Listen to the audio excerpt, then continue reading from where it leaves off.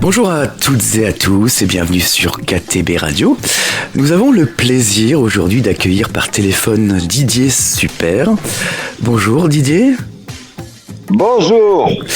Un grand merci à toi d'être parmi nous par téléphone. C'est un vrai plaisir de t'avoir au téléphone. J'ai pas surfusé parce qu'en fait j'attends un livreur et je pensais que c'était lui qui appelait. Du coup bon voilà. Tu attends un colis. Est-ce qu'on peut te demander ce que c'est ce colis? Non, ça te regarde pas. Pour quelle La dernière fois que j'achète un grille-pain dans un Jiffy, ça tient jamais. Du coup, tu les commandes sur Amazon, tu payes un peu plus cher, mais franchement, en général, c'est de la qualité d'après ma mère. Toujours écouter sa maman. Alors, Didier, c'est rare que tu acceptes de venir dans des médias. Pour quelle raison as-tu accepté notre invitation ? Non, c'est pas que c'est rare, c'est que les médias me le proposent assez peu, puis en général, ça me convient très bien comme ça. Ouais. Et puis voilà, après, j'ai un côté un peu de gauche, où je me dis, bon allez, les petites radios de merde sans importance que personne n'écoute, si j'accepte d'y parler, ça me fait passer pour un mec cool. Et voilà. Alors, tu es en tournée. Oh, ça fait 20 ans que ça dure en vrai. Bah, pour ce spectacle en tout cas. Ouais. Comment c'est... 5 ans, celui-là il a 5 ans. Comment s'est déroulée cette tournée jusqu'à aujourd'hui ? Comment c'est, tu sais, on arrive avec le camion, on décharge le matériel, on dit bonjour, mais vite fait, parce que plus t'attaches de l'importance aux gens qui t'accueillent, et moins eux, ils t'en accordent. Donc, pour vraiment passer pour quelqu'un de qualité, faut se comporter comme un connard dans le métier, c'est comme ça. Hein. Voilà. Après on fait le spectacle, après on sort de scène, je les engueule sur tous les trucs de merde qu'ils font. Et éventuellement je m'engueule avec moi-même sur les trucs de merde que je pourrais faire, mais j'en fais jamais. Et puis après on rentre chez nous, puis on fait une autre date comme ça. J'entends un petit peu de bruit derrière. T'es en train de faire la vaisselle ? Non. Là, je suis en train de ranger les courses, j'ai le Lidl. Alors, tu seras en concert à Vennes le vendredi 3 octobre, à Forcalquier le 4. Notre région, qu'est-ce que tu penses des Hautes-Alpes, des Alpes d'Haute-Provence et du Sud en général ? C'est...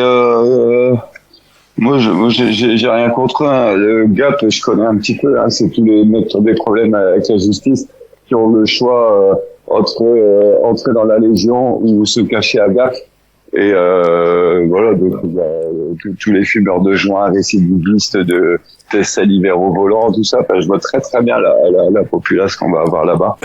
Et voilà, et je trouve que eux aussi ont droit à l'amour inconditionnel des artistes de qualité, dont je fais partie. J'aimerais qu'on parle un petit peu d'un groupe qui est très populaire dans notre coin, Raoul Petite. Tu as travaillé avec ce groupe. C'est fini, il y a plus Raoul Petite. Ouais. Ils sont morts. Ouais.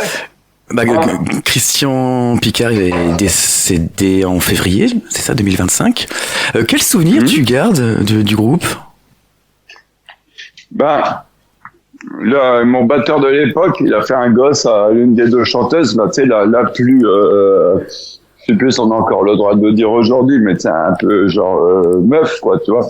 Et il a fait un gosse, du coup, j'ai jamais rien dit. Voilà. Et puis en fait, on s'est connus parce qu'on avait le même marchand de tapis. Et du coup, moi, je pensais que c'était Marcel et son orchestre qui avaient inventé le coup du bateau dans la foule, et eux disent que non, c'est eux. Enfin voilà, mais j'ai jamais la réponse. Et que te dire, comme on avait le même marchand de tapis, le marchand de tapis m'a obligé à venir chanter dans un de leurs clips. Et j'aurais dit oui, à condition qu'il y ait un couplet qui parle de moi. Voilà, tout s'est fait un peu de force. Didier, j'aimerais qu'on revienne aux origines de ton lien avec la musique, l'art. Alors déjà, Didier Super, c'est un pseudo. Pourquoi tu choisis ce surnom? Alors, je pense que quand, tu vois, par exemple, l'acteur qui joue Voldemort dans Harry Potter, dans la vraie vie, s'appelle pas Voldemort.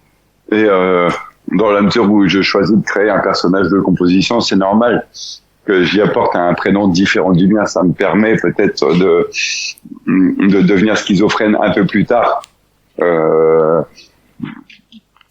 Donc voilà. Après, c'est vrai que Didier pour un prénom de personnage de rockstar, c'est pas terrible, mais du coup j'ai compensé par Super, parce que dans la musique on aime bien souvent avoir des pseudos un peu superlatifs pour faire croire aux gens à un quelconque talent cosmique, mystique. Et Super, c'est tout simplement le diminutif de superlatif. Donc voilà, des fois on cherche partout sauf là où c'est vraiment. Comment tu as commencé la musique? Comment c'est venu? Est-ce que j'ai déjà commencé la musique? Il y en a beaucoup qui pourraient te poser la question aussi. Est-ce que c'est de la musique?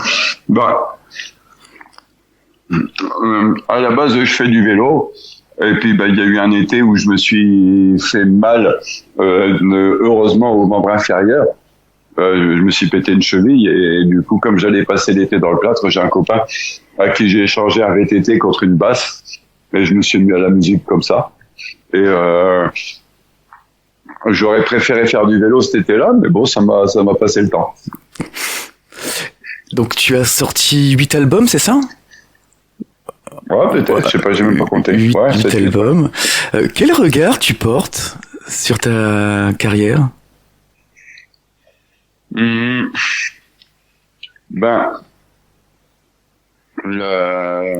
c'est compliqué d'appeler ça une carrière. Je pense que déjà, quand on cherche à faire carrière, c'est compliqué de ne pas, à un moment, pour maintenir un certain standing, d'accorder une certaine allégeance à l'industrie. Et voilà, le regard que je porte, c'est j'estime, ça va faire un peu plus de 20 ans que ça a commencé cette affaire, que j'ai toujours été à peu près en contact avec ce dont j'avais envie. Et puis voilà, alors, il y a des moments, c'était plus ou moins réussi, puis il y a des moments, c'était un peu mieux, mais je pense que c'est à peu près propre au niveau de l'intention. En préparant l'émission, en travaillant sur toi, je me suis rendu compte que tu ne parlais pas beaucoup ou peu de tes influences, des artistes qui t'ont influencé, musicales ou littéraires. Ouais. Et donc quelles sont les personnes qui t'ont influencé, qui t'influencent encore peut-être? C'est-à-dire que si, en fait, j'en parle, mais c'est souvent des artistes de rue. Et comme l'essence de l'artiste de rue, c'est d'être un petit peu le slip sale de la culture, donc d'être copieusement anonyme. Je vais te parler de Mazout et Neutron, de Arnaud Aymar, de Ronan Tablantec, des Occupa Mobile, de la compagnie Cacahuète. C'est des gens qui dans leur être sont assez importants parce que justement il n'y a pas d'ambition de carrière. Ce sont des gens qui n'ont pas d'autre ambition que de transformer une plaque d'égout en lieu de spectacle. Et parce qu'on est vraiment à l'essence de il n'y a rien de plus important que ce moment de rencontre entre le public et l'artiste entre guillemets. Et vraiment ce rapport-là qui est à la base de toute cette industrie. Ce moment-là, il est complètement épuré de tout le parasitage. Mais ouais, j'en parle assez peu parce que quand on connaît pas cet univers-là, du coup, on sait pas que ça existe. Voilà. Didier, on va peut-être dévoiler des secrets. Comment tu composes? Est-ce que tu as une méthode de composition? Est-ce que tu commences toujours par le texte et ensuite tu mets des mélodies dessus? Bon, ce serait dommage, étant donné le niveau de la musique, de commencer par la musique. Mais non, en général, c'est entre 5 et 6 heures du matin quand je me réveille. C'est là que le cosmos me parle. Avec le café? Comme coucher tôt. Et, non, pas le café, non, je reste au lit. Et le cosmos me fait « Didier, j'ai une bonne idée, on va bien déconner ». Et là, je fais « Ah putain, encore Dieu qui me réveille alors que je dors ». Et allez, prends ton téléphone et note, tu t'envoies un texto à toi-même. Après, tu te recouches. Et là, je fais « Ok ». Et puis après, j'ai dit « Tu es sûr que ça va marcher, ça? Fais-moi confiance ». Et puis après, Dieu, il va se coucher, moi aussi. On se rend compte, lorsqu'on parle avec toi et dans tes activités artistiques aussi, il y a beaucoup d'humour. Des textes corrosifs, est-ce qu'il y a une recherche volontaire d'interpeller, de choquer? Ou bien ça vient naturellement? C'est-à-dire que, ouais, je sais qu'on me dit souvent que je suis corrosif, un peu choquant. Je peux même des fois avoir des explications avec certains milieux féministes ou queer. Et je leur dis que, en général, j'ai l'habitude de dire que si ce que je fais c'est choquant, c'est pas moi qui ai commencé. Moi, je suis juste un miroir du monde qui nous entoure. Et si le monde est choquant, oui, c'est sûr que je vais juste en être le reflet. Et puis voilà, à ça on me répond, ouais, mais quand même, le monde est suffisamment moche pour pas en rajouter sur scène. Et à ça, je réponds, quand on a la prétention de vouloir changer le monde, de le faire avancer, il faut avoir le courage d'en faire l'état des lieux. Est-ce que tu te considères comme un analyste de la société contemporaine? Alors déjà sûrement pas. Ça voudrait dire que mon intelligence est supérieure à celle de bien des gens qui ne se considèrent eux-mêmes pas comme analystes. Mais à un moment, on observe des choses. Et je crois que quand on est artiste, on cherche pas à faire passer des idées politiques. Enfin, en tout cas, moi, j'agis. Et c'est marrant, ma mère, elle est un peu comme ça. C'est par fulgurance. C'est vraiment... par exemple, on a voulu faire avec ma meuf des travaux à la maison. Et t'as un gars d'une chaîne qui s'appelle Illico Travaux qui est venu à la maison pour nous expliquer ce que c'était. Et leur intervention, tu sais, en tant que courtier bâtiment, ma mère, elle prenait son café derrière, et elle le regarde, elle fait voir, en fait, vous êtes des voleurs. Mais tu sais, c'est une fulgurance. Ma mère, elle est gentille, elle traite pas elle insulte pas les gens comme ça. Et je m'aperçois en vieillissant qu'en fait, ouais, on a les mêmes fulgurances. Parce que son analyse s'est avérée fort juste. Et avec ces gens. et que te dire, voilà, c'est des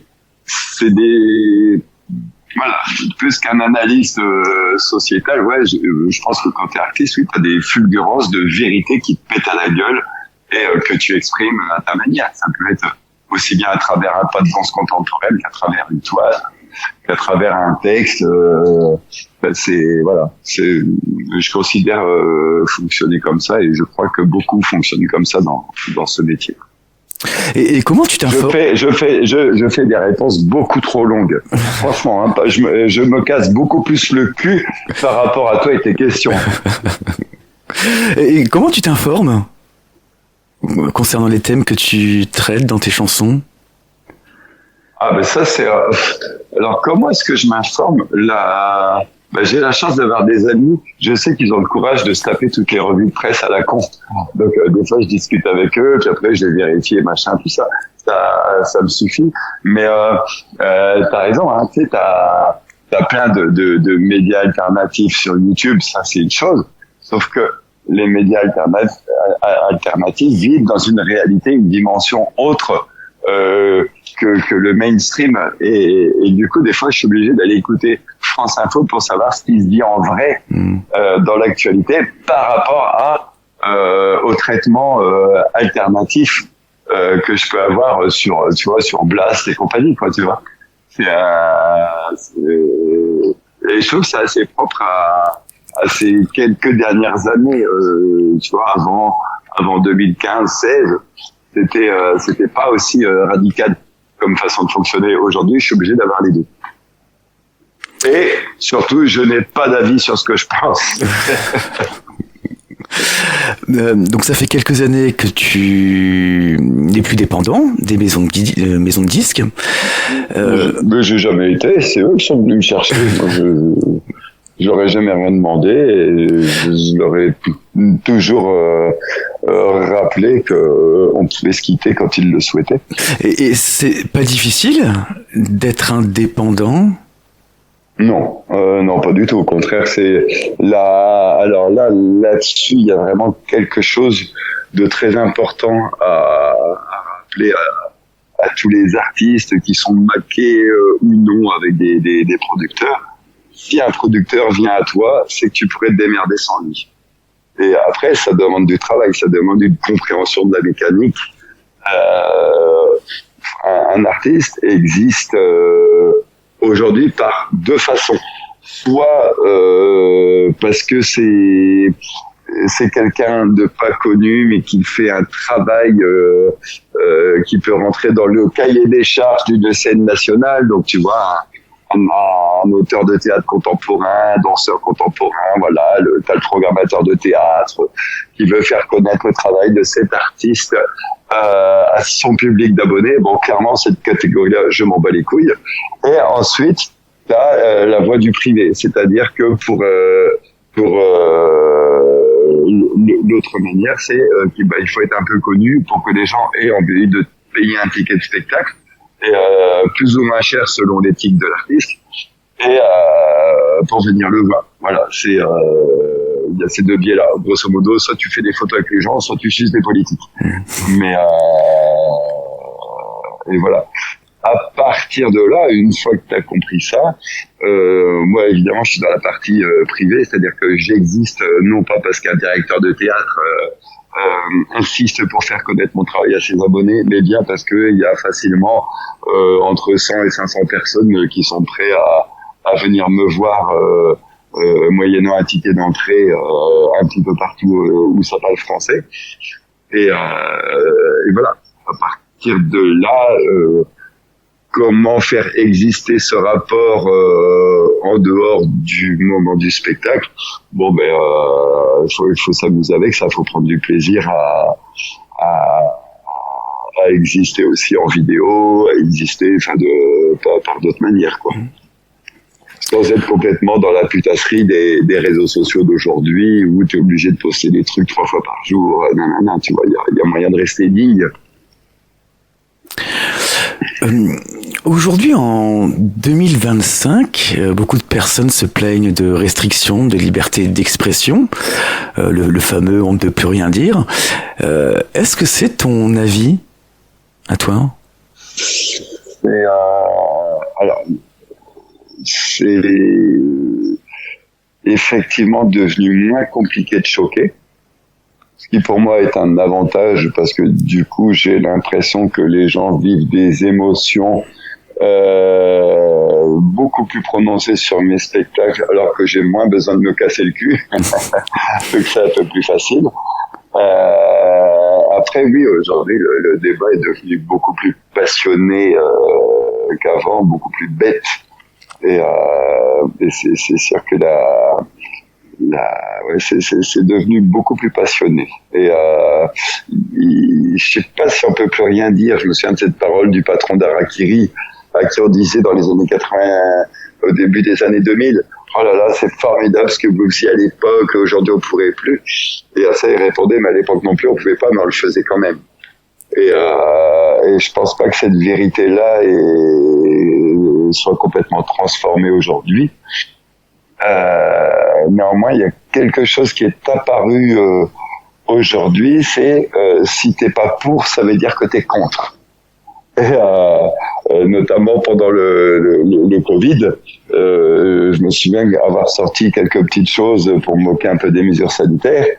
Donc on me disait, ok, t'es avec les complotistes. Mais moi, il y a plein de complotistes que je déteste autant que ceux qui défendent le narratif de la télé, quoi. Moi, je suis souvent dans une position ni-ni.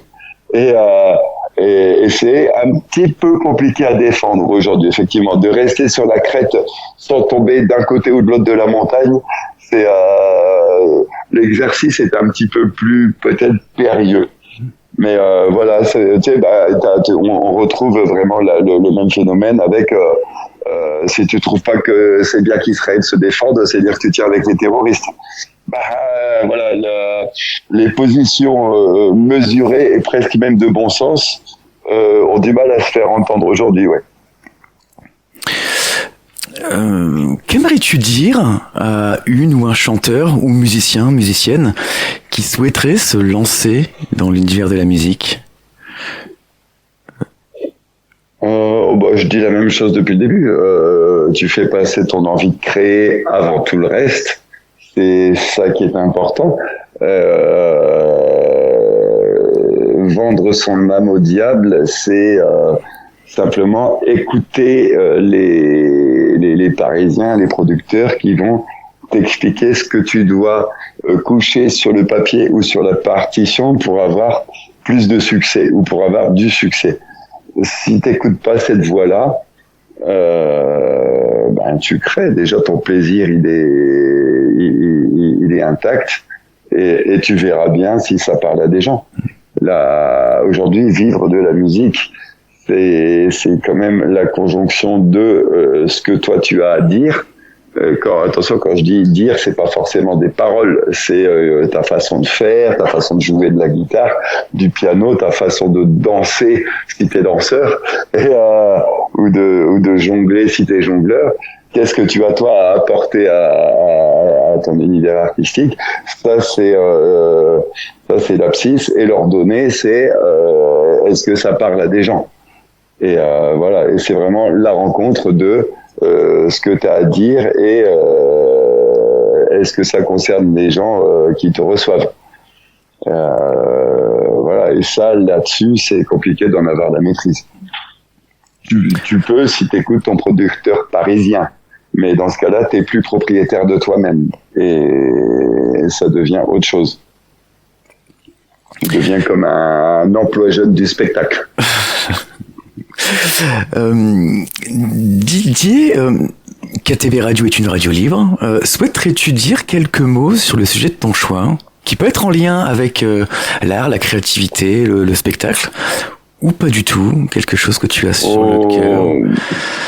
Par rapport à toutes les conversations que je peux avoir en ce moment avec des milieux qui sont quand même là pour faire le bien dans l'humanité, je voudrais dire à la population générale que c'est pas parce que le gamin de 20 ans il a les cheveux bleus que c'est forcément un vieux con réac. Qu'est-ce que ça veut dire, ça, hein? Qu'aujourd'hui les vieux cons réacs qui nous engueulent depuis leur fenêtre quand on est gamin, aujourd'hui c'est des gamins de 20 ans avec des cheveux bleus. Mais je suis sûr qu'il y a des gamins de 20 ans avec cheveux bleus qui sont pas vieux cons réacs, juste ils ont les cheveux bleus. Ne tombons pas dans le préjugé, même si ce que je viens de dire là c'en est un. Un grand merci à toi, Didier, d'avoir pris quelques minutes. Tu vois le petit blanc qu'il y a eu là, tu le couperas au montage, hein, c'est important. Tu veux que je coupe vraiment? Non, je m'en fous. Un grand merci à toi, Didier, pour ta bonne humeur et d'avoir pris quelques minutes pour échanger avec nous. Je rappelle que tu seras en concert le vendredi 3 octobre à Veynes, le samedi 4 octobre à Forcalquier. On peut retrouver toutes tes dates de concert et tes actualités sur ton site internet, sur tes réseaux. On peut te suivre partout. Un grand merci à toi, Didier. Écoute, quand on peut dépanner, hein. Et à bientôt pour un autre dépannage. Ouais. Faut que j'aille à la déchetterie, là, j'ai des cartons. À plus tard. Salut, à bientôt.